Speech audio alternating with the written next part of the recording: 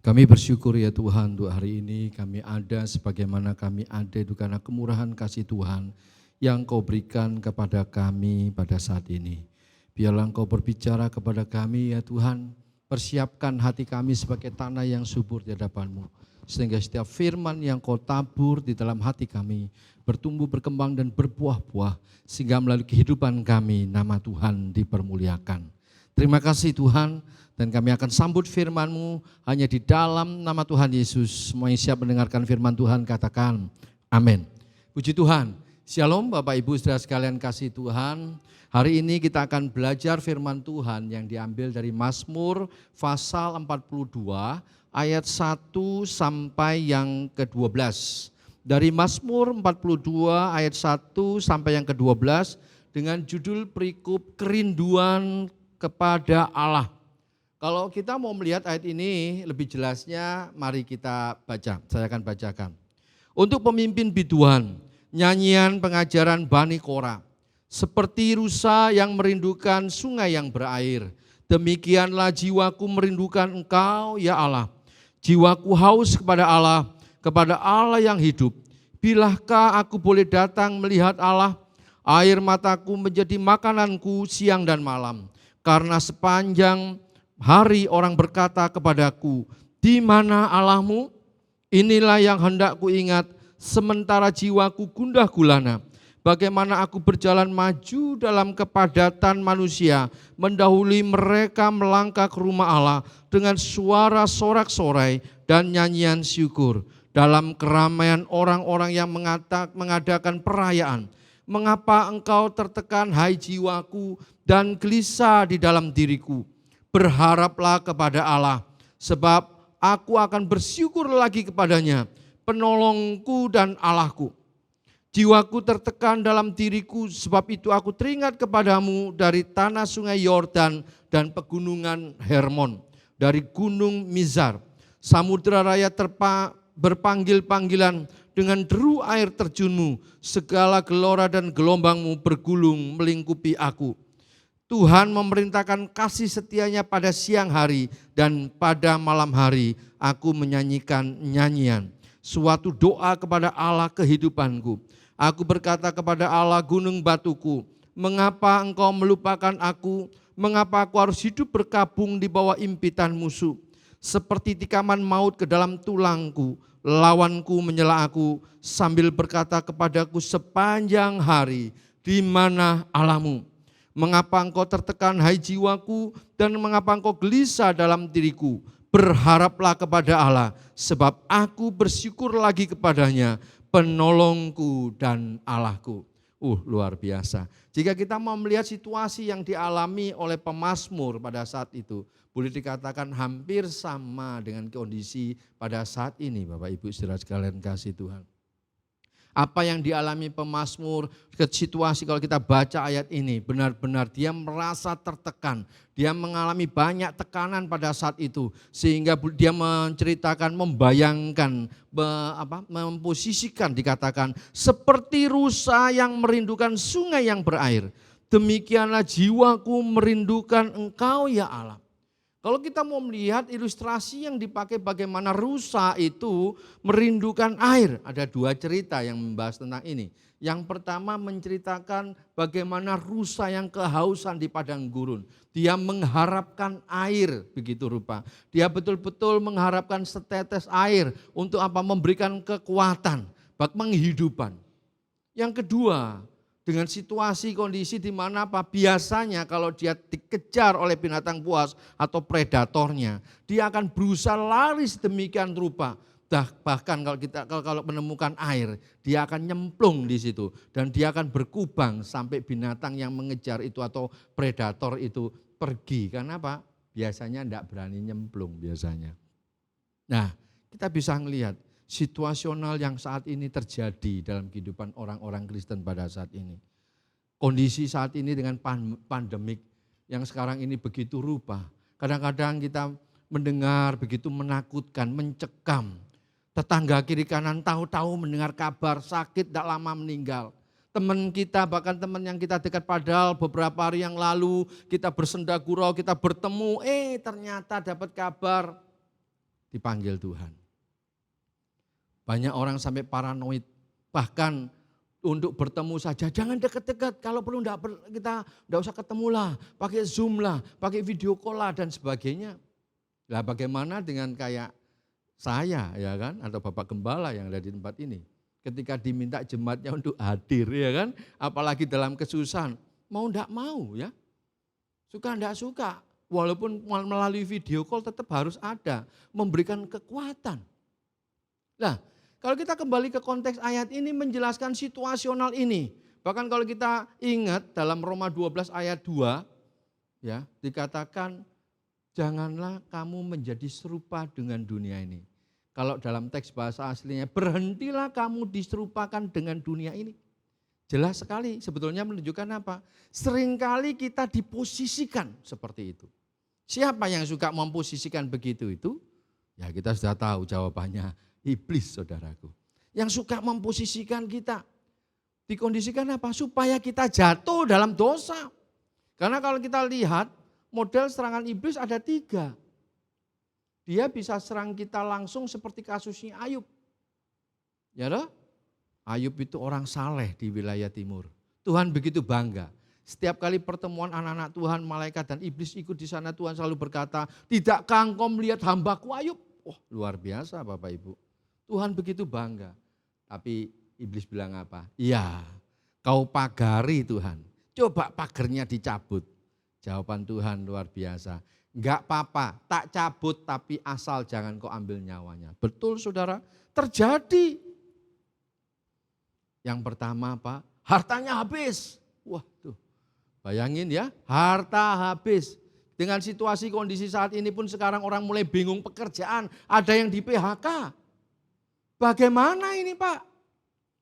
Demo, mau buka, mau tutup semua ya. Yang punya usaha bingung semua. Bagaimana solusinya? Semua pusing, ruwet, emosi tinggi. Barusan ini ada jemaat saya, istrinya konseling sama saya. Enggak tahu itu koko saya. Tahu-tahu ngamuk, barang ditendang-tendang, semua dipukuli. Kenapa? Stres, gono orderan loh. Ini terjadi.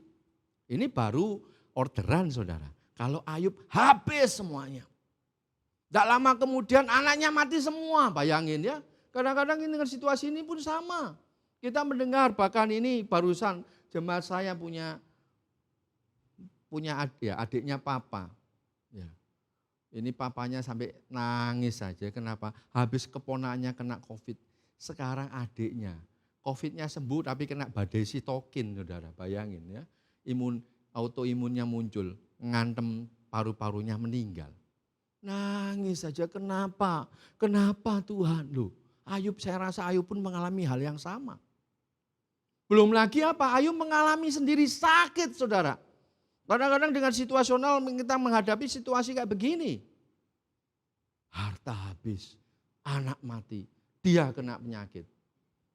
Orang kan berkata pada saat itu 3 teman Ayub berkata, kalau orang itu tidak ada dosa, tidak mungkin sampai mengalami kayak begini. Kak Swe, hapes, saudara. Bayangin ya, Ayub sampai bilang apa? Saya ini loh tidak punya dosa. Teman keempat bilang apa? Tidak berani menghakimi kayak yang 3. Hanya Tuhan yang tahu, kebenaran itu milik Tuhan. Tapi lama-lama Ayub juga goyah imannya. Mulai dia berpikir, iya mungkin ada sebabnya. Atau ada yang lain. Dia mulai mengkoreksi sampai akhirnya dia mengambil keputusan. Dia berkata dalam kitab Ayub, lebih baik aku mati dalam kandungan ibuku kalau aku tahu akan mengalami hal seperti ini. Wah, dia ngomong hal-hal yang enggak baik. Padahal sebelumnya istrinya sempat berkata, kutuki Tuhanmu dan matilah, dia masih kuat. Masakah kita hanya mau menerima yang baik dari Tuhan? Bisa dibilang luar biasa iman Ayub. Tapi lama-lama goyah karena apa? Tekanan, intimidasi, pernyataan penghakiman dari orang-orang. Hari-hari ini juga ketika pandemik pertama banyak hamba Tuhan, terutama hamba Tuhan KKR. Kesembuhan juga akhirnya dipanggil Tuhan, saudara. Ya kan? Orang bertanya, mana? Tuhannya orang Kristen mana yang biasa berdoa untuk orang sakit? Kenapa yang kena COVID kok tidak sembuh-sembuh? Kan gitu. Seolah-olah kita ditinggalkan Tuhan. Ini terjadi. Tapi luar biasa. Tuhan langsung berperkara sama Ayub. Akhirnya Ayub berkata apa? Selama ini aku hanya mendengar tentang engkau dari apa kata orang. Tetapi sekarang mataku melihat. Ini yang Tuhan sedang kerjakan dalam kehidupan kita. Kadang Tuhan izinkan terjadi, kita mengalami seperti Ayub. Kita merasa, apa salah saya?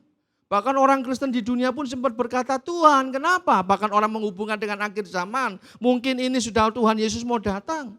Ya bisa enggak. Loh ya, kenapa saya enggak? Karena apa? Karena Alkitab sendiri kalau kita lihat, kita teliti kedatangan Tuhan itu. Masa-masa tribulasi, sengsara itu nunggu Tuhan Yesus datang dulu dalam 1 Tesalonika Bapak Ibu. Ketika sangkakala berbunyi ya kan, terjadi apa? Parousia, pengangkatan. Tapi kalau kita lihat diubah tubuh kemuliaan, mengalami harpazo saudara. Diculik, seperti orang diculik, hilang begitu. Seperti kayak di film Left Behind itu. Nah seperti kisah seperti itu. Nah kita bisa bayangin ya, situasi kondisi kayak begini nih. Yang kedua kalau kita lihat, bagaimana iblis bisa serang kita melalui apa? Sistem dunia. Ekonomi mulai bergerak semua. Ya PHK, tekanan, bahan-bahan makanan naik, semua orang bingung. Kondisi kayak gini mau terjadi apa, ini, itu. Aduh, ya kan? Tekanan. Yang bisa mengalahkan ini gimana? Dalam 1 Yohanes 1, 1 Yohanes 3 dikatakan apa? Hanya iman yang bisa mengalahkan. Iman yang mengalahkan dunia apa artinya iman? Percaya. Karena bicara percaya ini apa? Berarti percaya kepada kedaulatan Tuhan. Hidup mati kita ada di tangan Tuhan. Mau diangkat, mau diturunkan itu urusannya Tuhan. Tapi yang perlu kita tahu semuanya mendatangkan kebaikan. Karena Dia adalah Bapa kita, Dia Tuhan.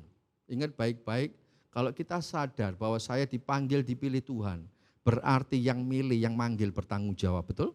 Ya, kalau kita merasa bahwa kita dipanggil, dipilih Tuhan, Tuhan bertanggung jawab atas hidup kita. Kita tidak perlu takut, percaya.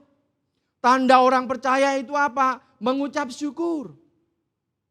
Dan yang ketiga, iblis bisa serang melalui kita apa? Keinginan mata dan daging seperti kasusnya Hawa. Hawa dipertunjukkan, bukankah semuanya ini tidak boleh dimakan kecuali yang 2 ini? Hawa bilang, enggak, mandat yang diterima suami saya, semua boleh dimakan kecuali yang 2. Tapi disuruh lihat, kamu kalau makan nanti kamu seperti Tuhan dan sebagainya. Mulai ya toh, berpikir, berimajinasi, ini bayangan saya, ini pernyataan saya. Saya percaya itu terjadi. Akhirnya apa? Hawa jatuh dan dimakan, saudara. Tapi puji Tuhan, Tuhan memberikan jalan keluarnya melalui kematian Kristus di atas kayu salib. Nah, 3 hal ini terjadi. Dan ini saya percaya apa yang dialami pemazmur pun mengalami hal yang sama. Kalau kita lihat, jiwaku haus kepada Allah yang hidup. Bilakah aku boleh datang melihat Allah? Dia ingin merasakan kedekatannya, dia berusaha, benar enggak Tuhan itu tolong dia. Kadang-kadang kita dengan situasi kan seperti ini Bapak Ibu. Seperti telur di ujung tanduk, ini yang seringkali dilakukan sama iblis. Dikondisikan seperti itu. Sampai-sampai kita bertanya, mana Tuhan? Mana tanganmu Tuhan? Dia katakan, air mataku menjadi makananku siang dan malam. Karena sepanjang hari orang berkata kepadaku, di mana Allahmu? Dia berusaha mengingat. Inilah yang hendak ku ingat sementara jiwaku gundah gulana. Bagaimana aku berjalan maju ke dalam kepadatan manusia, mendahului mereka melangkah ke rumah Allah dengan suara sorak-sorai nyanyian syukur dalam keramaian orang-orang yang mengadakan perayaan.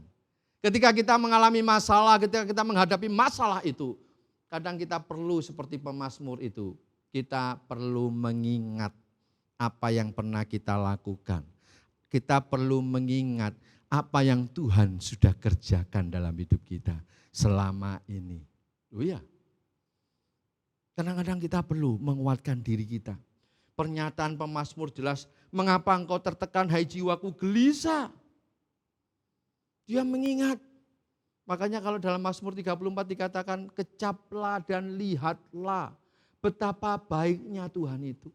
Kecap, mengecap, merasakan seperti sapi makan rumput, betul-betul dinikmati, betul-betul dia punya, betul-betul dia rasakan, betul-betul dia memamah bayak, dalam arti sampai rumputnya itu lembut. Dia merasakan, mengingat, meresponi betapa baiknya Tuhan itu. Ya, kita diingatkan satu pujian, kecaplah dan lihatlah betapa baiknya Tuhan itu. Kecaplah dan lihatlah betapa baiknya Tuhan itu. Bila ku merenungkan karyamu di dalam hidupku, ku sadar akan jamahan Tuhan dan hatiku memuji Dia. Ketika kita mengingat kebaikan Tuhan, kita bisa selalu sadar, iya ya, kita akan dibangkitkan betapa Tuhan itu baik. Dan yakinlah, kalau dulu Tuhan tolong, hari ini Tuhan pasti tolong. Akan datang pun Tuhan pasti tolong. Jadi tidak perlu khawatir, tidak perlu takut. Ayat ini menjelaskan bagaimana pemazmur mengingat, dia berusaha mereview. Ketika ada perayaan, ketika dia mau datang pada Tuhan, dia yang jadi orang yang pertama berusaha maju. Karena dia tahu bahwa Tuhan itu luar biasa. Dia tahu Tuhan itu hebat. Makanya dia berkata di kalimat berikutnya, berharaplah kepada Allah sebab aku akan bersyukur lagi kepadanya, penolongku dan Allahku. Imannya dibangun. Dia berusaha membangun imannya, kepercayaannya. Memang tidak gampang. Kalau orang tidak punya pengalaman berjalan bersama Tuhan, sulit kayak begini nih saudara. Makanya saya katakan membangun hubungan dengan Tuhan itu seperti membangun hubungan suami istri. Kata yada itu proses pengenalan secara progresif atau kata ginosku. Seperti hubungan suami istri semakin dekat, semakin erat, semakin tahu. Ya kan? Orang tidak akan mau moro-moro dinikahi kalau dia tidak kenal betul. Orang akan melihat siapa dia. Ya kan, tahu-tahu di pasar harus ada yang main mata ting-ting, terus Anda diminta ayo nikah sama aku. Kalau Anda mau berarti Anda kena pelet Bapak Ibu. Loh iya, orang akan tahu dulu siapa dia. Setelah kenal, semakin kenal, akhirnya terjadi komunikasi, ya, interaksi, kirim-kiriman surat, kirim WA dan selanjutnya telepon-teleponan, ya kan. Sampai terus mulai kirim foto, mulai akhirnya apa, janjian, pertemuan. Setelah pertemuan, jalan sama-sama, mulai ngomong, ketemu terus komunikasi, semakin dekat, semakin erat, semakin yakin. Ini tidak salah. Akhirnya terjadi komitmen dan pernikahan. Demikian kita dengan Tuhan. Loh kok bisa Pak? Ya. Kalau kita lihat dalam ayat Alkitab, dalam Efesus pasal 5, penjelasan tentang suami istri saudaraku, Kristus sebagai gambaran, ya kan? Ayat 32 jelas, rahasia ini besar. Yang aku maksudkan adalah hubungan Kristus dengan jemaat. Padahal di ayat 22 dimulai dengan hai istri, ayat 24 hai suami. Tapi di ayat 32 menjelaskan bagaimana Kristus dengan jemaat. Berarti apa? Membangun hubungan dengan Kristus atau dengan Tuhan seperti membangun hubungan suami istri. Lah caranya gimana? Alkitab ini adalah surat cintanya Tuhan Bapak Ibu. Kita bisa tahu Tuhan itu mengasihi kita dari mana? Dari Alkitab. Masih ingat lagu sekolah minggu? Ya. Yesus sayang padaku, Alkitab menyatakan, meskipun kecil lemah, Tuhan Yesus kasihku. Ya Yesus sayang kepadaku loh, dan seterusnya saudara. Dari mana? Alkitab. Alkitab ini kalau dirangkum semuanya cuma satu kata saudara, kasih Allah. Kasih. Ini cintanya Tuhan. Apakah selesai dengan kita baca? Tidak. Perlu ada interaksi doa, pujian dan penyembahan. Ini bentuk interaksi. Kita meresponi tidak hanya surat cintanya Tuhan yang kita baca. Tetapi kita responi, kita berdoa, kita mengucap syukur, terjadi interaksi. Apakah selesai? Tidak. Alkitab ini atau surat cintanya perlu dilakukan Bapak Ibu. Kalau kita lakukan semakin kita yakin, oh iya ya. Ketika saya menjadi pelaku firman Tuhan ternyata mujizat demi mujizat terjadi. Pertolongan Tuhan terjadi atas hidup saya. Makanya bentuk kedekatan kita dengan Tuhan itu perlu dibuktikan melalui apa? Kesaksian. Kesaksian itulah yang membuktikan orang itu punya hubungan yang erat. Contoh paling gampang sekali lagi hubungan suami istri. Bagi bapak ibu, ya kalau mau cerita sama teman-temannya, saya bisa lihat kok mana yang bangga sama pasangannya. Kalau ibu-ibu cerita, oh papa ini arek-arek loh, luar biasa. Kalau kerja, oh berarti kelihatan ini istrinya bangga sama bapak suaminya. Ya toh, kalau yang enggak mau cerita kelihatan, suamiku itu bencet no Pak. Nah, itu bisa dilihat ya. Ya kan? Demikian para bapak-bapak, kalau dia bisa ngomong, oh kepingin masakan enak, oh ambil bojoku, ayo neng omahku tak traktir mangan, masakane bojoku gak kalah ambek Bu Rudi ya, saya enggak promosi punyanya Bu Rudi dan sebagainya. Oh iya kan, dia akan bangga, dia akan cerita. Demikian kita dengan Tuhan. Kalau kita mengalami Tuhan berkarya dalam hidup kita, mengalami kasih-Nya Tuhan, kita akan banyak bercerita, kita akan sering bersaksi betapa Tuhan Yesus baik, betapa Dia itu baik menolong saya. Kalau dulu Dia tolong, hari ini pun saya percaya pasti ditolong, akan datang pun Dia pasti akan tolong. Dan ini menunjukkan ada kedekatan, interaksi, dan melalui ayat ini jelas. Pemazmur hendak membangun itu dengan situasi dan memang orang punya masalah itu hendak gampang ketika dia sudah melewati. Kalau saya sudah melewati begini ngomong enak saudara, bisa ambil peringas-peringis, oh haleluya luar biasa. Coba ngalami dewe saudara, guyune kecut saudara, guyu itu rasanya senyum tapi hatinya menangis saudara. Loh iya saya pernah ngalami. Tidak gampang, apa yang dialami pemazmur ini dia sedang membangkitkan, dia sedang berusaha mengingat, mereview kebaikan-kebaikan Tuhan.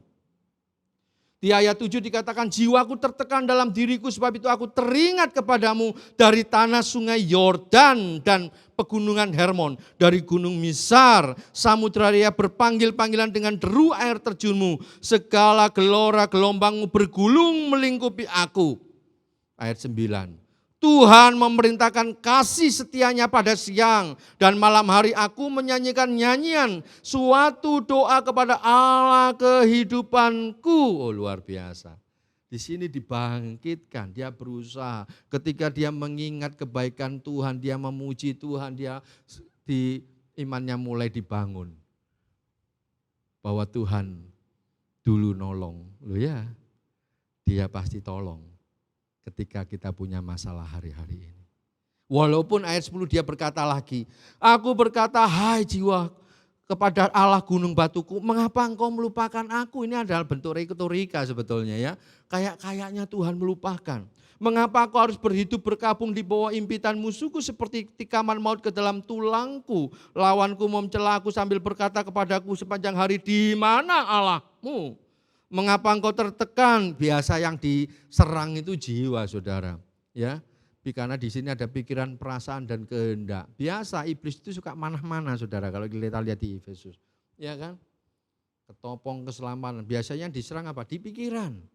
Makanya kata metanoia itu pertobatan konsep berpikir. Tuhan itu merubah sini di konsep berpikirnya saudara. Karena pertempurannya di sini. Bukan di hati saudara, di sini. Hati ini decision makernya.